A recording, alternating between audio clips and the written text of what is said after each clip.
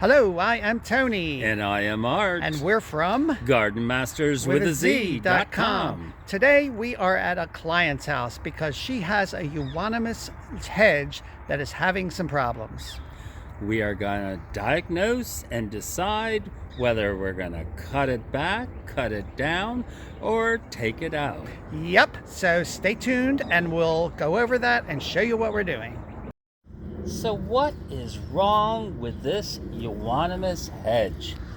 Oh my, it is a mess. Tony. Why are the leaves on the bottom of this euonymus turning brown and dying? The first thing you need to know is this hedge is many plants all grown together. Here's the end plant right here.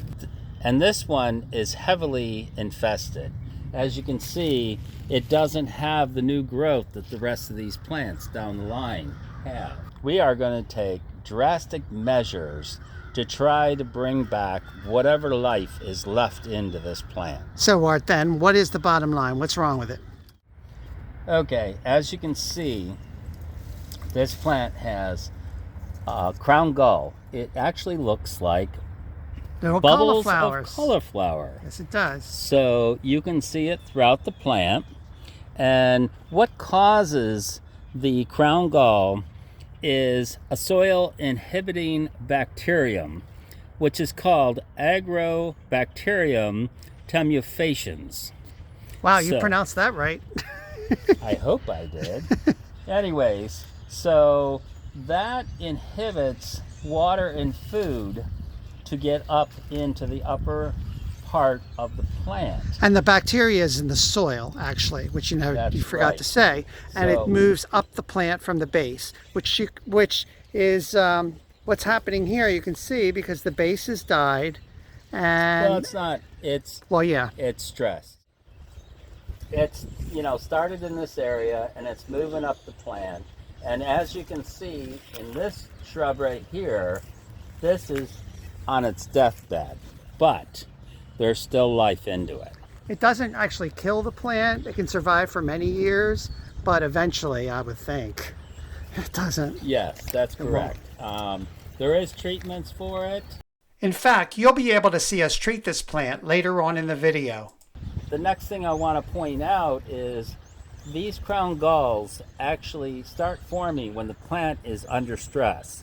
So the stress factor in this situation was this plant has had scale over the years. Now, this customer, they use a company to treat their lawn. I've pointed it out to the client that they should have them check this and treat this, and I really don't think it's happened because we have seen this spreading over the years. Why don't you show people what the scale is, Art? As you see on here, all of this brown lumpy stuff, and when it's active, there's a lot more white to it. But as you see it, this stuff is just, see how I'm scraping it off, Tony? Yeah. And that would be, if you have a small infestation, you could actually clean it off by scraping it off. So under each one of those scale armors is an insect. Most of them are males, but there is females in there too, thus spreading the scale throughout the plant, just taking it over. So one of the things for treatment on this is using a dormant oil. So a dormant oil will actually suffocate the scale. So most commonly used is neem oil. This treatment is normally done if you're leaving the shrub as is and are trying to kill the scale. You'll see coming up that we're going to do something different. Keep watching to find out what that is. As a side note, another thing this could be is deer eating the bottom leaves, because this client does have a problem with deer and they do eat bottom leaves of shrubs. However, because we've discovered the crown gall and scale, we feel this isn't the problem here, so we're going another route. So what we're going to do is we are going to prune these shrubs back to about 1.5 feet off the ground. Actually, below where all the galls are too. Yes, we will prune all of the galls out, as you know, if there's anything below where we're doing our pruning, we will prune all of those out as well. And also, we have to make sure we use rubbing alcohol to disinfect the pruners as we're going, because it gets on here and it'll spread. Yep. So this is what we're going to do. We're going to trim this back to about 1.5 feet off the ground, and we are going to watch it this spring, because right now it's February. We're going to watch it this spring and see how it does. Meantime, when you prune all of this infested shrubbery, you want to make sure you put it onto a tarp. Don't let any of this drop onto other shrubs as you're pruning it. Prune it down, put it on a tarp, and dispose of it properly. Plus, make sure you clean up all the debris and put it in a trash bag and dispose of it without it falling on other shrubs. True thing to do is to try to keep these shrubs watered for several weeks. You want to keep them very moist and we're going to fertilize it and get that nutrients back up into the shrub. And Euonymus, they recover nicely. As you see on this stem, there's lots of buds, new leaves coming out. So we're hoping that there's enough smaller pencil size branches down here that will promote new growth coming out of those, and it's definitely going to come out in the front. So if you have to dig these out and replace them with other shrubs, you want to choose plants that are not susceptible to the crown gall. The bacteria that causes the crown gall. Exactly, right. Tony. So shrubs like barberries, yews, elderberries. There's several of them out there, so I would choose something different to replace. I would not put Euonymus back in here because the bacterium is down in that soil. It stays in there for 2 to 3 years, so I hear. Yes, so yep. So we're going to do that. That is what is wrong with this Euonymus plant and why the leaves are dying at the bottom, and we're going to hope for the best. Aren't we, Art? Yes, I'm curious. If I cut this open without cutting my finger, I'm curious. Be careful. Well, that one's pretty quirky. I don't think there's much life in this particular gall. But as you can see, it's almost surrounded this plant here. Yeah, it's surrounded the stem.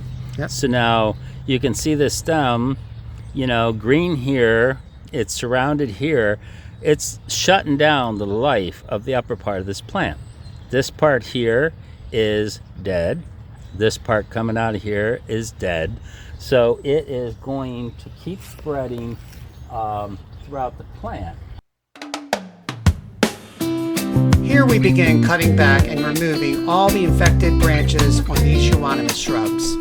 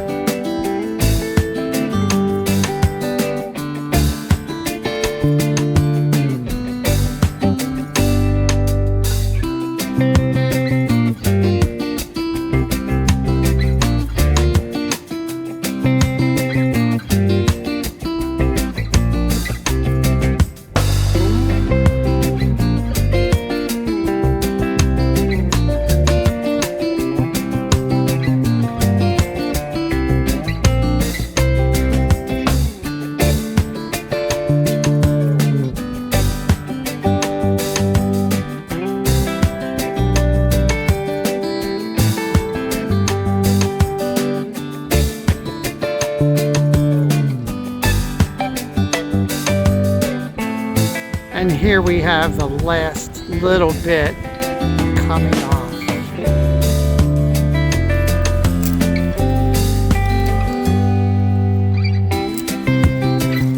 We're still going to have some cleanup and little stems to take off after these big ones are gone.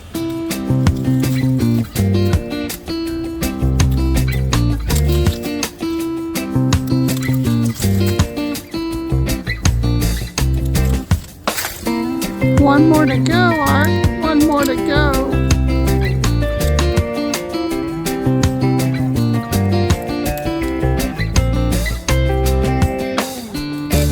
Oh.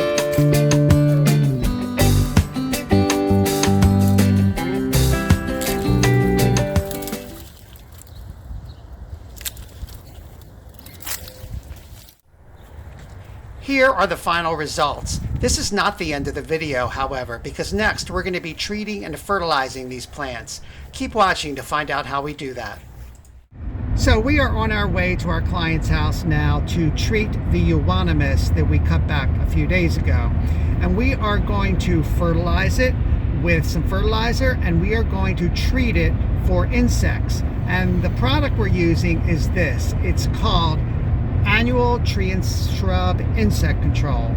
Now, this product is a systemic treatment, and what that means is you dissolve it in water and you put it in a watering pitcher, and then you apply it to the soil. And what happens is the product is absorbed by the plant through its roots and travels up the plant, and it's then a defense against damaging insects.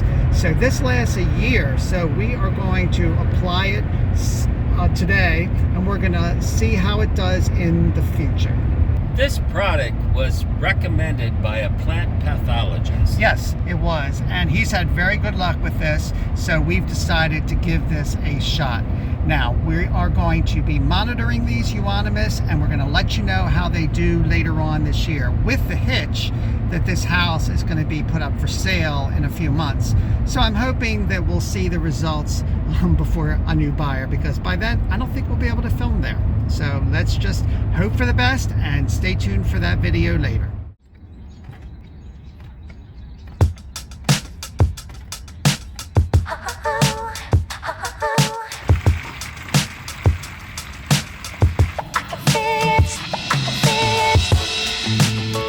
Make sure you follow the directions on the bag for how much to use and how to apply it.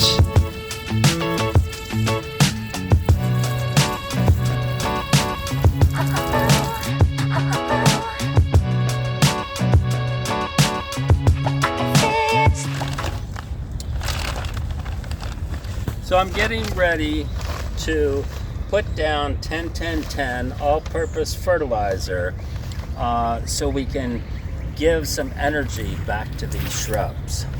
So now, why are you using 10-10-10 versus others? Well, it's gonna be an all-around fertilization to take care of everything the plant needs at this point, because these haven't been fertilized in several years.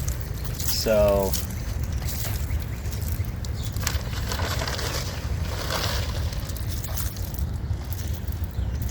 you can see I'm doing sort of a salt and pepper effect. Not too heavy.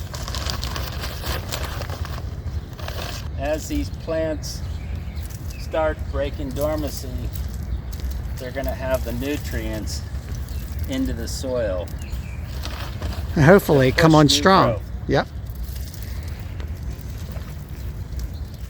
So one thing to keep in mind, we're in an area with some evergreens and so forth, and you do not want to apply this when the plants are wet, because this is going to end up sticking to the plants and end up burning them.